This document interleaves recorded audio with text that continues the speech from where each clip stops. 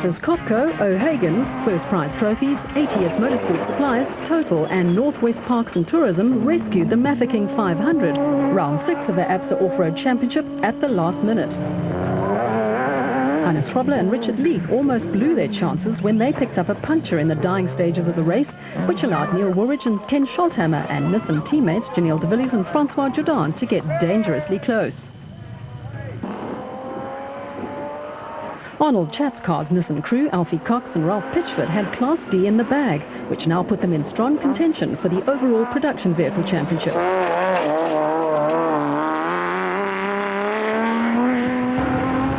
De Villiers and Jordan got past the Ford when Woolridge and Scholthammer picked up a puncture with 20 kilometres to go.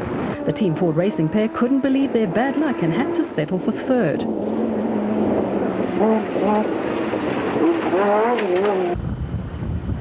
Mark Cronje and Chris Birkin could make no impression on Class D winner Cox. The Castrol Toyota pair eventually finished 7.5 minutes behind the winning Nissan.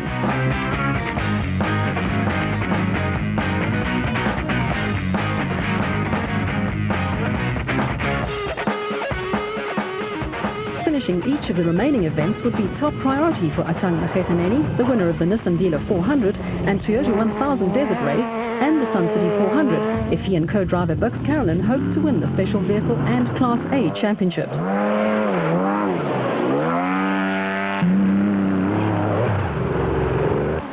Mark Corbett and John Moore in the Century Property Developments bat, and John Ware-Smith and Jeff Millett in the Kopanong Hotel Super Team Jimco had each won an event and were within reach of the championship crown if either crew won the last 2 events and the championship leader failed to finish.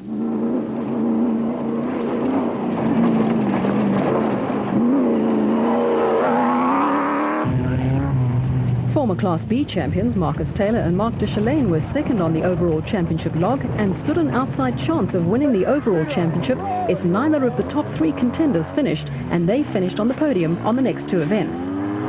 However, Audrey Roots and Dion Dokaku led the Class B championship until the midway point in the season, and reigning Special Vehicle Drivers champion Giel Nel could also emerge as the winners if the leaders failed to finish the remaining events.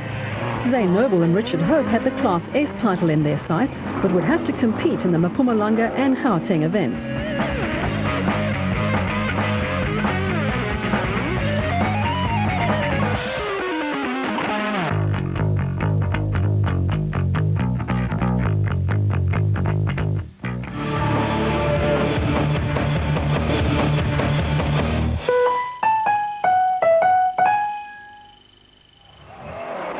Victory on the Toyota Dealer 400 saw Janelle de Villiers and Francois Jordan in the proudly South African Nissan Hardbody edge 2 points ahead of teammates and reigning production vehicle champions Hannes Grobler and Richard Leek.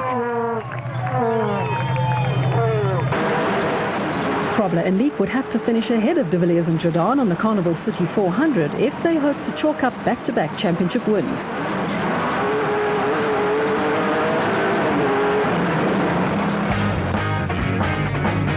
Production vehicle champions Neil Woolridge and Ken Scholthammer, who finished third in the Team Ford Racing Ranger, would have to rely on the Nissans retiring and themselves scoring their second successive win on the Carnival City 400 if they hoped to win the championship.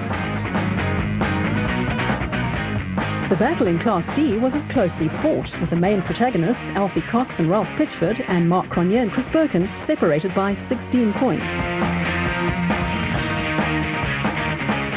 Cronje and Birkin finished 4th overall and 1st in class in the Castrol Toyota Hilux 2.7i, while Cox and Pitchford struggled to finish 14th overall and 6th in class in the Arnold Chatzcar's Nissan Hardbody on the Toyota Dealer 400, which put paid to any chance of Cox challenging for the overall championship crown.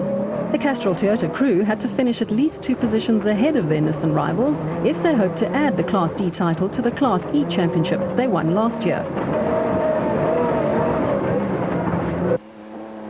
The ever-consistent Henry Zamatin and Bodo Schwegler had already secured 3rd place in Class D in the Mastercraft PlayStation Pajero.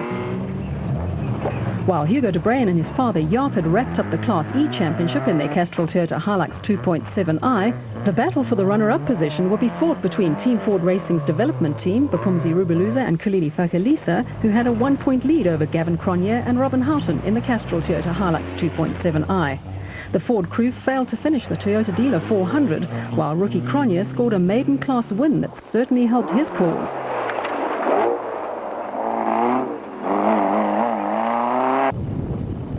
Andre Buerter and Beans Heidenreich in the Kopenhagen Hotel Superteam Chevy had been the lone entry in Class F for the unlimited two-wheel drive production vehicles and were almost certain to win the title.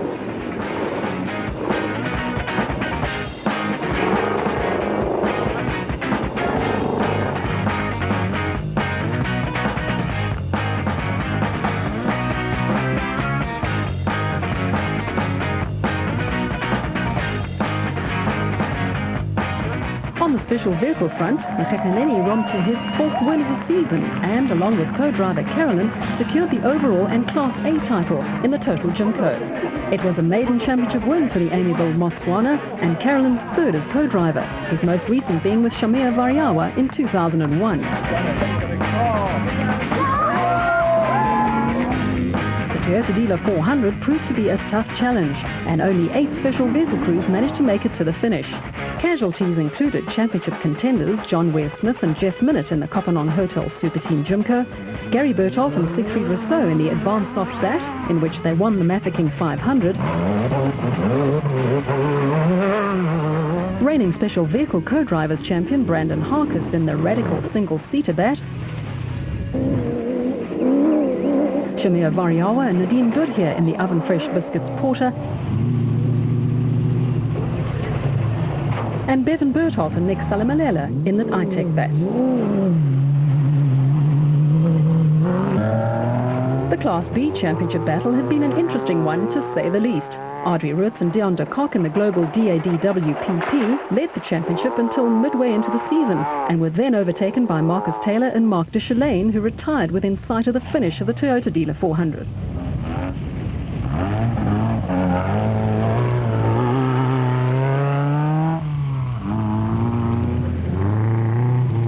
Reigning special vehicle drivers champion Giel Nel had a slow start, but consistent performances in the latter part of the season and a class win on the Toyota Dealer 400 saw him move to within 4 points of Taylor. Class S had not enjoyed much support this season. Nevertheless, the likely winners were Zane Noble and Richard Hope in the Abe's Furniture Raceco, with Nardis Alberts and Colin Hunter in the Rapsa Raceco, and Alfie Rutherford in the Ruthcon Raceco fighting it out for the remaining podium positions.